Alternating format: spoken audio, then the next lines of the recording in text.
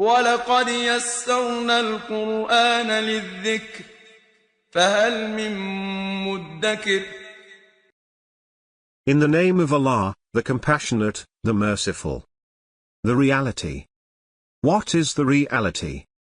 What will make you understand what the reality is? Thamud and Ad denied the catastrophe. As for Thamud, they were annihilated by the overwhelming. And as for Ad, they were annihilated by a furious, roaring wind. He unleashed it against them for 7 nights and 8 days, in succession. You could see the people tossed around, as if they were hollow palm trunks. Can you see any remnant of them? Then came Pharaoh, and those before him, and the overturned cities indulged in sin. They disobeyed their Lord's messenger, so he seized them with a devastating grip. When the waters overflowed, we carried you in the cruising ark. To make it a lesson for you, and so that retaining ears may retain it. Then, when the trumpet is blown, a single blow. And the earth and the mountains are lifted, and crushed with a single blow. On that day, the inevitable will come to pass. And the sky will crack. On that day, it will be frail. And the angels will be ranged around its borders, while on that day 8 will be carrying your Lord's throne above them. On that day, you will be exposed, and no secret of yours will remain hidden. As for him who is given his book in his right hand, he will say, "Here, take my book and read it. I knew I would be held accountable." So he will be in pleasant living. In a lofty garden. Its pickings are within reach. Eat and drink merrily for what you did in days gone by.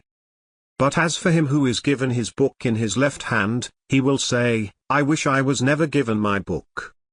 And never knew what my account was. I wish it was the end. My money did not avail me. My power has vanished from me." Take him and shackle him. Then scorch him in the blaze. Then in a chain whose length is 70 cubits, tie him up. For he would not believe in Allah, the Great. Nor would he advocate the feeding of the destitute. So he has no friend here today. And no food, except scum. Which none will eat, except the sinners. So I swear by what you see. And by what you do not see. It is the speech of a noble messenger. And it is not the speech of a poet. Little do you believe. Nor is it the speech of a fortune-teller. Little do you reflect. A revelation from the Lord of the worlds. Had he falsely attributed some statements to us, we would have seized him by the right arm. Then slashed his lifeline. And none of you could have restrained us from him. And it is a reminder for the righteous. And we know that some of you will deny it. And it is a source of regret for the unbelievers.